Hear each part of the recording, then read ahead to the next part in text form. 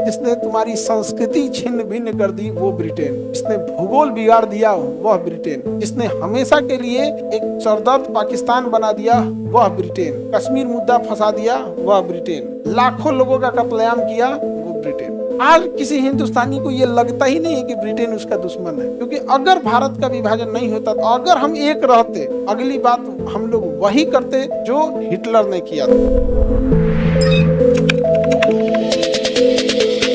देखिएगा कभी मार होता तो इंसान शांत करने के लिए नहीं सोचता, कहता हमू मार रहा हूँ, वही कर दिया था जिन्ना। सातिर था वो। अच्छा, जिन्ना को सपोर्ट कौन कर रहा था? अंग्रेज। वरना हिम्मत थी जो जिन्ना इतना कर देता। अंग्रेज चाहते थे, क्योंकि अगर भारत का विभाजन नहीं होता तो कल्पना करो भारत कहाँ से शुरू होता? म्यांमार से। बांग्लादेश नहीं टूटता, भारत नहीं टूटता, पाकिस्तान नहीं टूटता। अगर हम एक रहते, अगली बात हम लोग वही करते जो हिटलर ने किया था। हिटलर ने कहा था कि जर्मनी से जितना कोयला ले गया गया, जर्मनी पहले गुलाम बना दिया था ना अंग्रेजों ने इसको, तो जर्मनी ने कहा था कि जितना कोयला जर्मनी से फ्रांस ने ले गया, क्योंकि प्रथम विश्व युद्ध में जर्मनी हार गया था, और हारने के बाद ना जर्मनी के सारे संसाधनों पर अधिकार किसका हो गया था? फ्रांस का। जर्मनी से कोयला कौन ले जाता था? फ्रांस। और उल्टे जर्मनी को पहुंचाना पड़ता था अपना भाड़ा लगा के।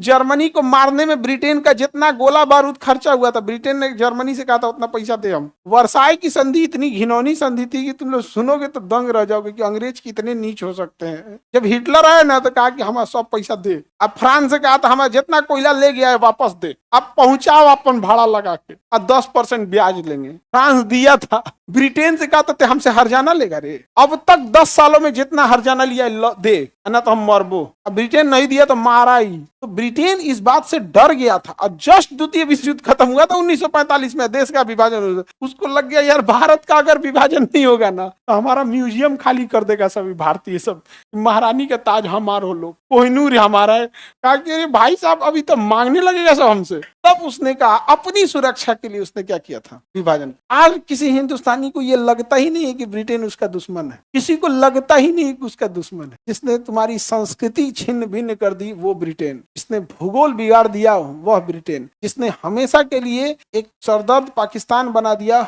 वह ब्रिटेन। समझा गया कि नहीं आ गया? यहाँ पे कश्मीर मुद्दा फंसा दिया वह ब्रिटेन, लाखों लोगों का कत्लेआम किया वो ब्रिटेन। कितना सातिर होते हैं सब, ये किसी के नहीं है सब। समझा गया कि नहीं आ गया? ट्रंपा को देख रहे हैं, कितना अच्छा दोस्ती था मोदी जी से, ब्रेकअप कर लिया। आज के हिसाब से विभाजन सही लगता है, आज के हिसाब से कोई भी चीज होगा, लेकिन हम लोग का विभाजन नहीं हुआ रहता ना तो वो भी इतना नहीं बिगड़ा रहा, क्योंकि हम लोगों ने किस पे ध्यान दिया? शिक्षा पर। वो केवल लड़ाई झगड़ा पे ध्यान दिया। अभी वहां इस बात की लड़ाई है ना कि बढ़िया वाला मुसलमान कौन है, जो खराब वाला है उसका नमाजें पढ़ने में बम फोड़ दे रहा है। ऐसा भी कौन लेवल का है? इसलिए समझिएगा ना, जो कभी भी याद रखिएगा, जो बहुत ज्यादा एक्सट्रीमिस्ट राइट विंग और धार्मिक उस अनुवाद पे होगा ना, वो पहले धर्म पे लड़ेगा। इनकेस उसने धर्म साफ कर दिया ना, केवल खुद ही रह गया तो फिर जात पे लड़ेगा, हम श्रेष्ठ या तुम श्रेष्ठ। भारत में आज भी ये चीज इसलिए नहीं होता है ना कि इतना सब मिला जुला है ना कि जिसका कोई हद नहीं, सब मिला जुला है। समझे? पाकिस्तान ने क्या किया? पहले तो उसने कहा कि हिंदुओं को भगाएंगे। तो मानसिकता देखिए, उसकी मानसिकता, एक मेजोरिटी देश की मानसिकता ऐसी हो गई है जिनके हाथ में पावर है, जिसका उद्देश्य डेवलपमेंट, इंटरनेशनल रिलेशन, अंतरिक्ष में, साइंस में, मेडिकल साइंस में, यूनिवर्सिटीज में डेवलपमेंट का नहीं है। उसका कहना है दूसरे धर्म को भगाएंगे। तो पाकिस्तान ने क्या किया? पहले